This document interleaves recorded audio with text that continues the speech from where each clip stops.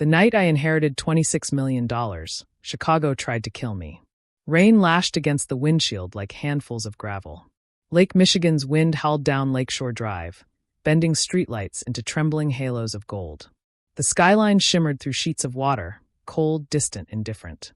I remember gripping the steering wheel so hard my knuckles turned bone white, the legal envelope still sitting on the passenger seat. $26 million. I had just left the office of my late uncle's attorney in downtown Chicago. My Uncle Raymond, my mother's estranged brother, had passed away in Arizona, leaving me everything. We hadn't spoken in years, but blood is strange like that. It circles back. I was still trying to process it when my phone buzzed. Ethan. My husband. Jess, where are you? His voice was tense, too tense. Driving home. The storm's insane. You should have waited it out. Since when do you care about storms? I laughed weakly. Silence. Then, just come home. We need to talk. The words felt heavier than the rain. I never made it home. A pair of headlights appeared out of nowhere, bright and blinding, swerving across lanes. I barely had time to scream before metal collided with metal. The sound wasn't a crash, it was an explosion. My body jerked forward. Airbags detonated. Glass shattered like ice breaking on a frozen lake. Then darkness. When I opened my eyes, everything smelled like antiseptic and plastic tubing. Beeping monitors. A soft mechanical hiss. Northwestern Memorial Hospital. My head throbbed. My ribs felt like they'd been crushed in a vice. A nurse leaned over me. Ma'am? Can you hear me? Where's my husband? My voice was barely air. Her expression flickered. There's no one listed as emergency contact. That didn't make sense. Ethan always insisted on being my contact. Control was his favorite hobby. I was in a crash. Yes, ma'am. You're lucky to be alive. The other vehicle fled the scene. Fled. A hit and run. Something inside me went cold. 3 days later, Ethan finally showed up. He looked perfect, as always. Tailored coat. Designer watch. The kind of man who looked like he belonged in a whiskey commercial. But his eyes didn't hold relief. They held calculation. Jesus, Jess. He kissed my forehead lightly. You scared me. I tried calling you. I was out of town for work. Work. I stared at him. You told me to come home. He paused, just a fraction too long. Yeah, I meant when you were done. My stomach twisted. You didn't visit. I was handling things. What things? His jaw tightened. The inheritance. That word again. How do you know about that? He forced a smile. You think your lawyer wouldn't notify me? I'm your husband. Something was wrong. Ethan wasn't happy. He wasn't excited. He wasn't even pretending well. He was assessing damage. When I was discharged 2 weeks later, Chicago looked different. The city felt sharper. Colder. Like it had teeth. Our condo in River North was spotless but hollow. Ethan's clothes were missing from the closet. His expensive cologne no longer lingered in the bathroom. He was sitting at the kitchen island when I walked in, papers spread in front of him. Divorce papers. I think this is for the best, he said calmly. For the best. My stitches still pulled when I breathed. I almost died. And I realized something. He folded his hands. I don't want this life anymore.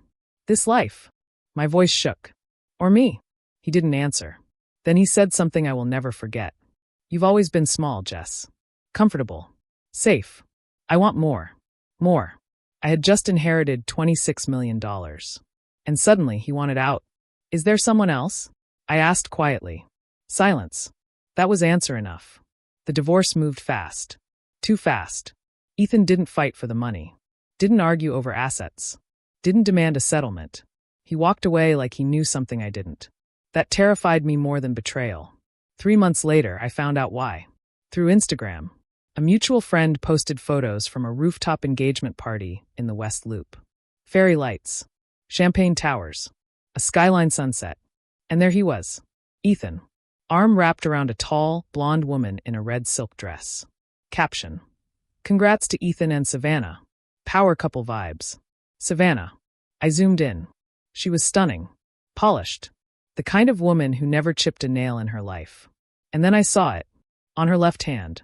A diamond ring so massive it looked identical to the heirloom ring my uncle had left me in a separate velvet box. When I had shown Ethan the night I told him about the inheritance. My chest tightened. That ring wasn't part of our shared property. It was mine. I hired a private investigator. Chicago is a city that hides secrets in plain sight. Behind steel skyscrapers. Beneath elevated train tracks. Inside corner bars that smell like bourbon and regret. Within weeks, the truth began to surface. The car that hit me? A rented SUV. Rented under a shell company. Owned by a holding group connected to Savannah's father, a venture capitalist. And Ethan had been consulting for that firm for nearly a year. Nearly a year. Before my uncle died. Before the inheritance. Before the crash. The pieces clicked together with horrifying clarity. He didn't leave me because he wanted more. He tried to erase me because he already had it planned. If I had died that night, Ethan would have been my sole beneficiary. $26 million. Plus life insurance. Plus sympathy. Plus Savannah. A clean, rich, upgraded life. And I would have been a tragic headline. I sat alone in my condo, staring out at the Chicago River glowing green beneath city lights. I had survived. But survival wasn't enough. They thought I was broken. Small. Safe. They had no idea who I was becoming. I picked up my phone and dialed the investigator. I need everything, I said. And I mean everything. Because if Ethan thought the crash was the end of my story, he was about to find out it was only the beginning. And somewhere across the city, in a penthouse wrapped in glass and champagne dreams, his new fiancée had no idea that the woman she thought was dead was very much alive. And watching. Chicago in winter doesn't forgive. By December, the city had turned into a steel and ice machine. Wind whipped down Michigan Avenue like it had a personal vendetta. Snow gathered in dirty gray piles along curbs. Taxis hissed past in slush, and the L trains screeched overhead like metal ghosts. And somewhere inside that frozen skyline, my ex-husband was planning a wedding. I stood inside my new office on the 38th floor of a glass tower overlooking the Chicago River. The brass plaque on the door read, Raymond Ashton Capital, CEO, Jessmine Ashton. I hadn't taken Ethan's last name back. I erased it completely. $26 million doesn't just sit in a bank account. It moves. It multiplies. It builds empires. And I was learning fast. My uncle hadn't been just a wealthy man, he'd been strategic. His company specialized in distressed asset acquisitions. Businesses on the brink of collapse. Companies nobody believed in. He saw value where others saw weakness.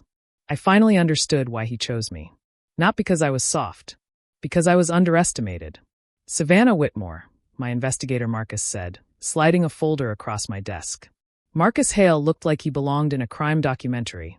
Broad shoulders, quiet eyes, permanent 5 o'clock shadow. Former Chicago PD. She's not just a socialite, he continued. She's ambitious. Stanford MBA. Father's firm manages billions. I flipped through the pages. Photos of charity galas. Private jet trips. Political fundraisers. Perfect life. Timeline. I asked. Marcus tapped a page. Your husband, ex-husband, started consulting for Whitmore Ventures 11 months before your uncle died. Affair. Almost certainly. I felt the familiar cold settle in my ribs. And the rental SUV? Paper trail leads back to a subsidiary of Whitmore Ventures. So it wasn't random. No. Marcus leaned forward. Jessmine, they expected you to die. Silence swallowed the room. I didn't cry. I didn't rage. I just nodded. Good, I said softly. Marcus frowned. Good. If they thought I was dead, they're not prepared for what comes next. The engagement party photos still circulated online. Savannah in white silk. Ethan in a navy tux. Champagne fountains. Influencers tagging luxury brands. Venue, the penthouse at the Langham. I stared at the image of her laughing, head tilted back. She thought she'd won. What she didn't know. I had quietly acquired 18% of Whitmore Ventures stock through layered shell purchases. Anonymous. Legal. Invisible. Money talks. Mine whispered.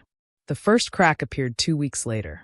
Whitmore Ventures had been pursuing a massive downtown redevelopment project. Luxury condos near Fulton Market. The financing required unanimous board approval. The vote was 6-1. Guess who the one was? Me. Through proxy. Savannah's father, Charles Whitmore, demanded an emergency meeting. I attended via video. His face filled the screen, silver hair, controlled smile. Ms. Ashton, he said smoothly. We weren't aware you had a stake in our firm. That's the beauty of acquisitions, I replied. Surprises. Ethan sat beside him. When he saw me on screen, his face drained of color. Savannah wasn't present. Why block the project? Charles asked.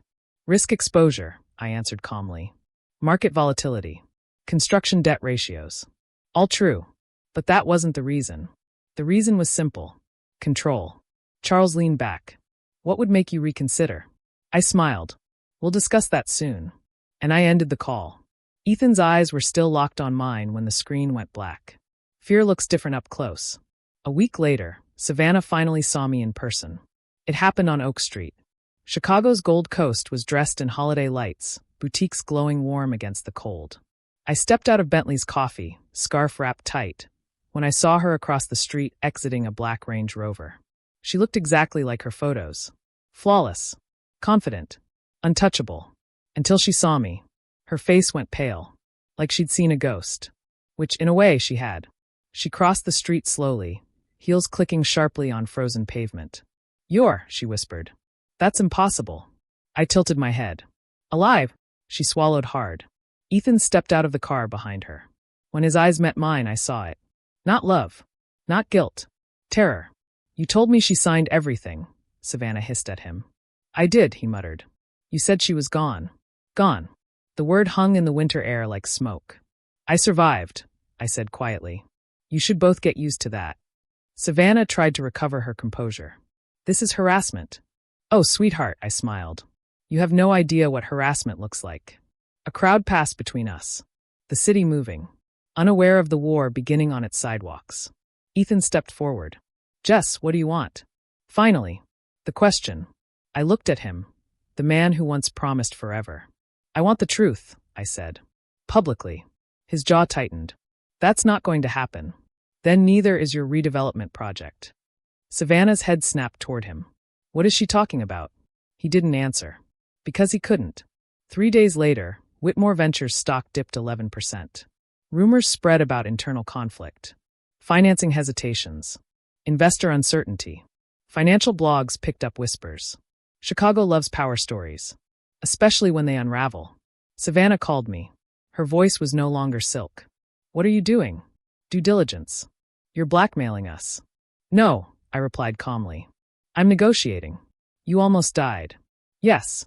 And you think that gives you leverage? I paused. It gives me clarity. Silence. Then I said the one thing she didn't expect. I know about the SUV. The line went dead. Marcus confirmed it that night.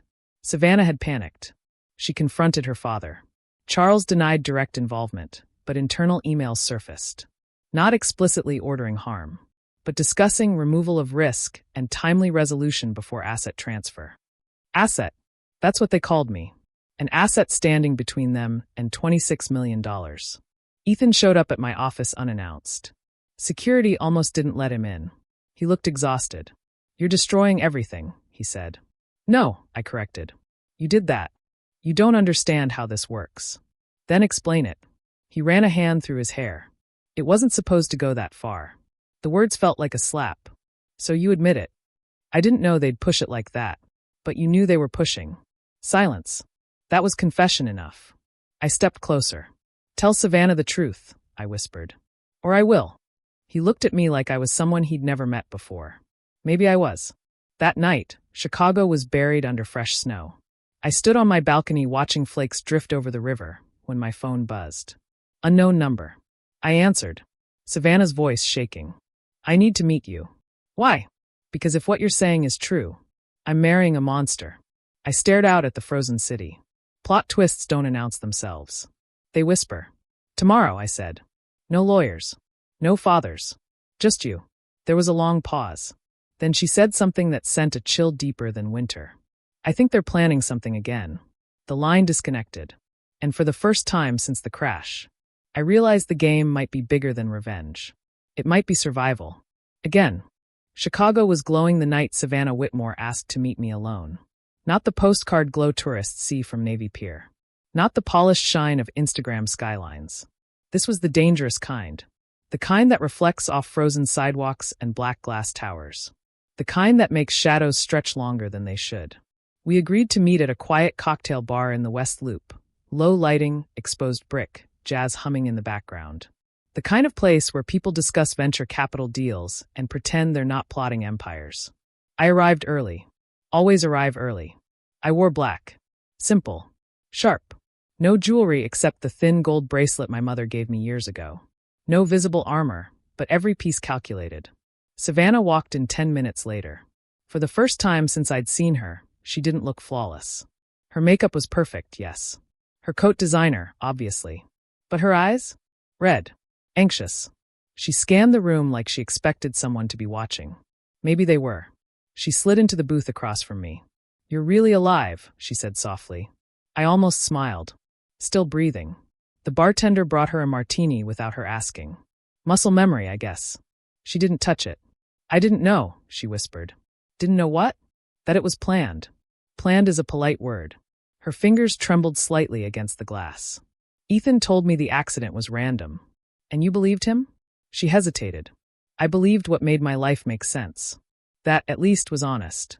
I found emails," she continued, "between my father and Ethan. About," she swallowed, "insurance policies, estate transfer laws, timing." My pulse stayed steady. Outwardly. Inside. Ice forming. "Timing of what?" I asked.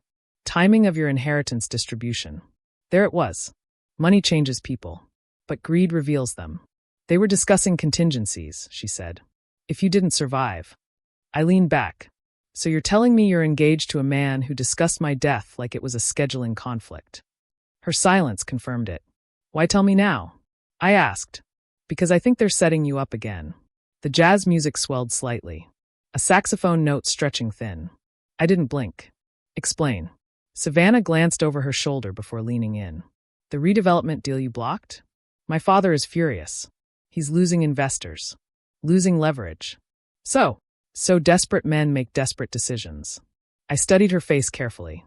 "Fear doesn't lie. And where do you fit into this?" I asked. She hesitated.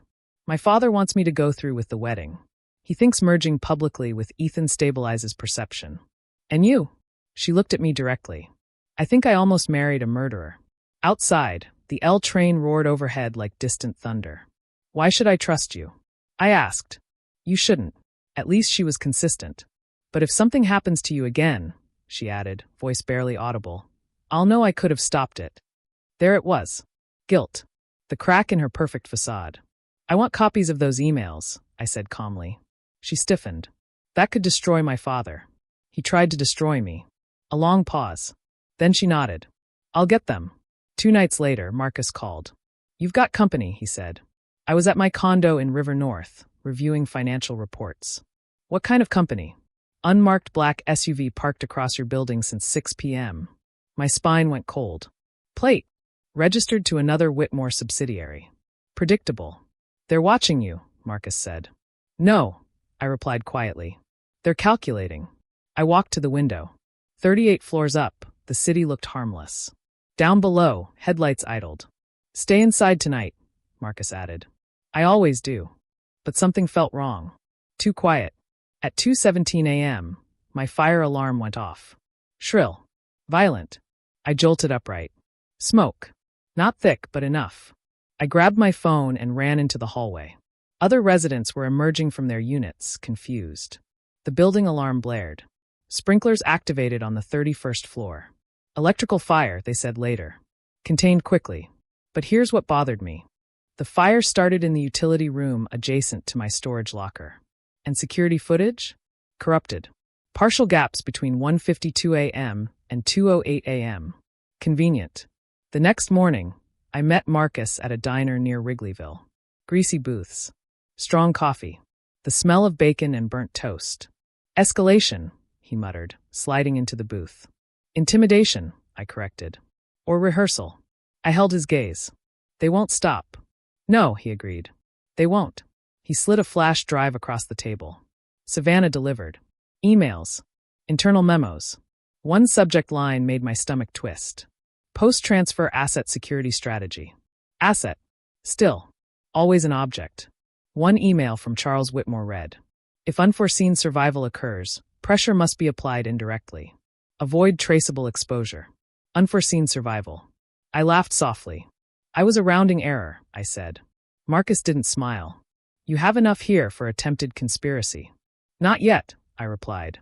"Why not?" "Because they'll bury it in legal warfare." "So what's your move?" I looked out the diner window at snow flurries dancing across Clark Street. Public exposure. Marcus raised an eyebrow. You go to the press?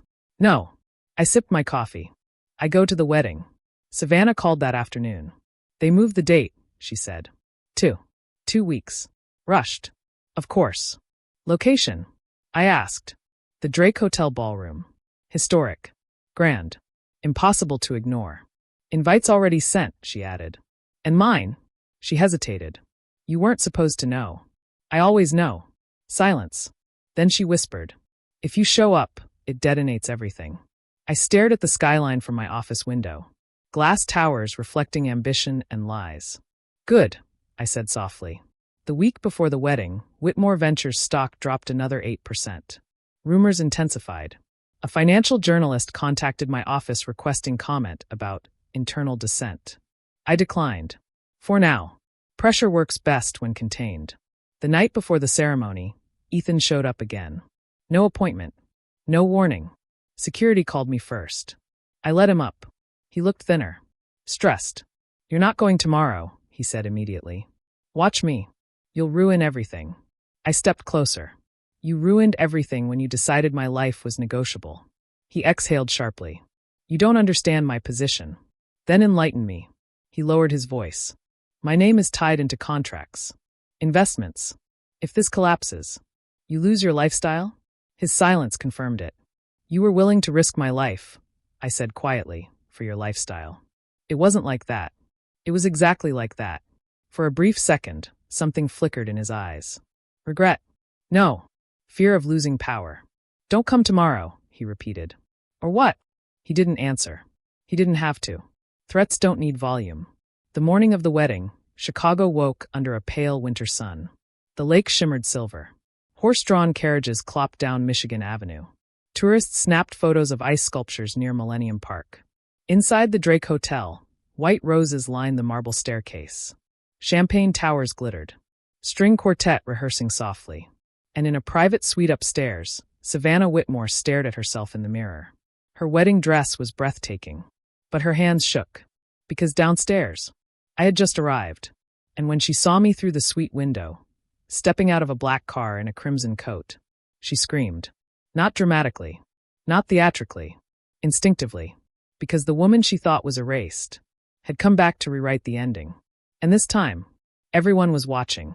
The Drake Hotel ballroom glittered like a chandelier had exploded and rained diamonds across the ceiling. White roses lined the aisle. Crystal candelabras shimmered against polished marble floors.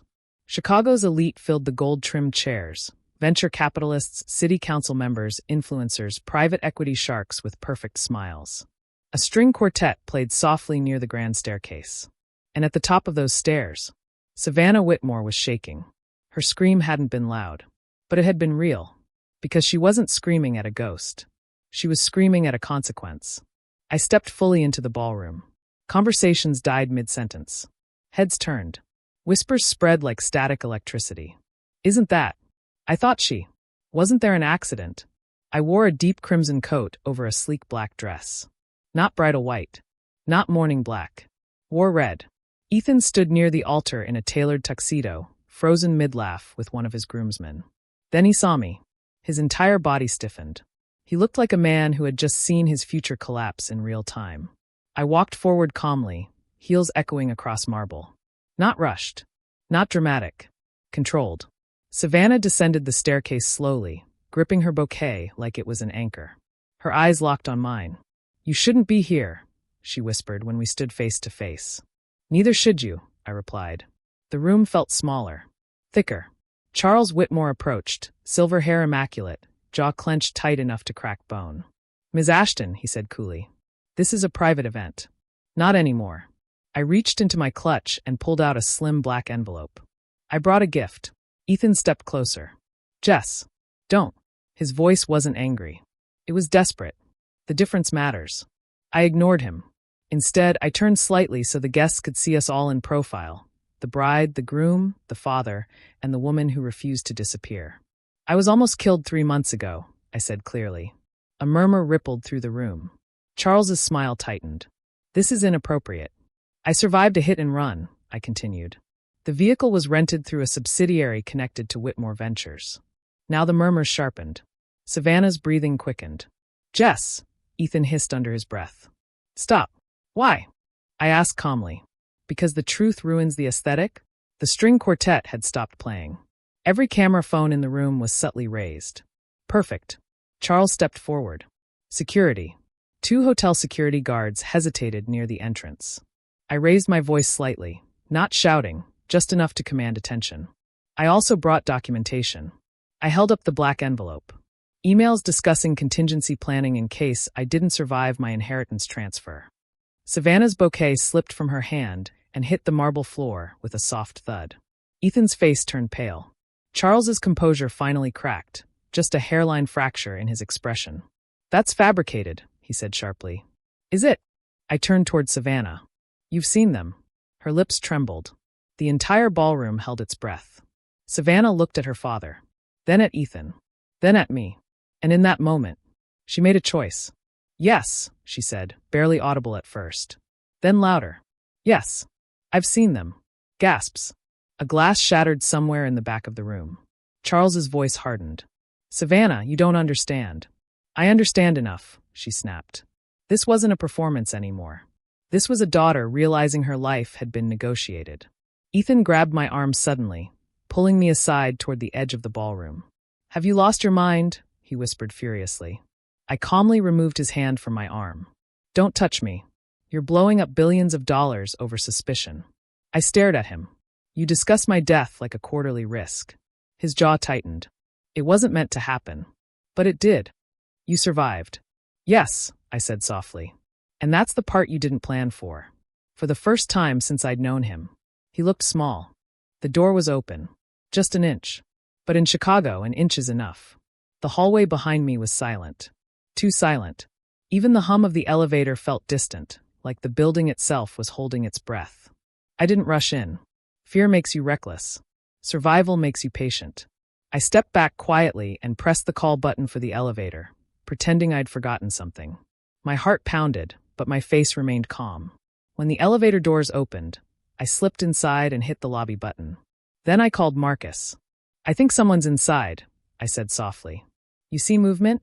"No. Stay downstairs. I'm 10 minutes out." I ended the call and stepped into the River North lobby, polished marble floors reflecting the chandelier light. The doorman nodded politely, unaware that my world might be seconds away from shattering. Outside, Chicago glittered like nothing was wrong. But something was. Marcus arrived in 8 minutes. He didn't wait for backup. We rode the elevator up together in silence.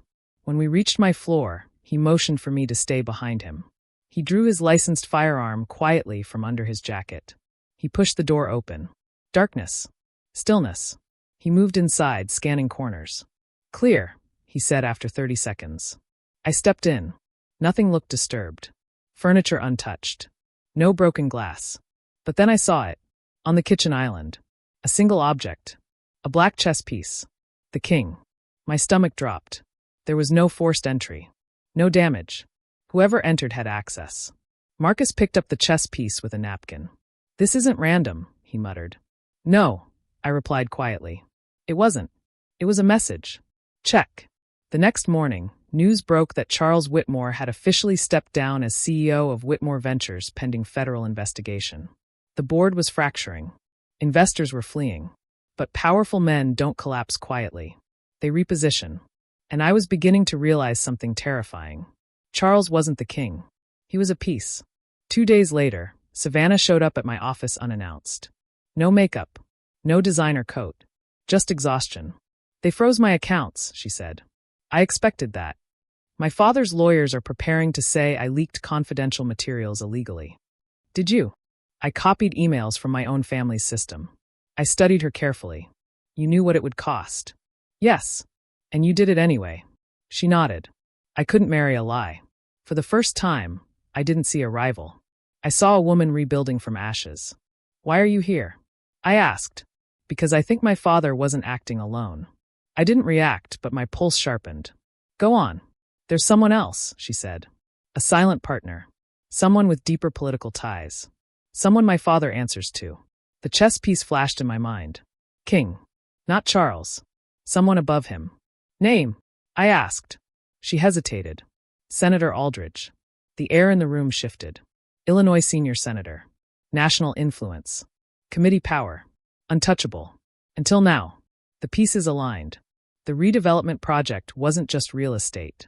It was a laundering corridor for political capital and offshore funds. My inheritance had interfered with their timing. If I died, Ethan inherited it. That money could have been reinvested. Cleaned. Hidden. Moved. I wasn't just an asset.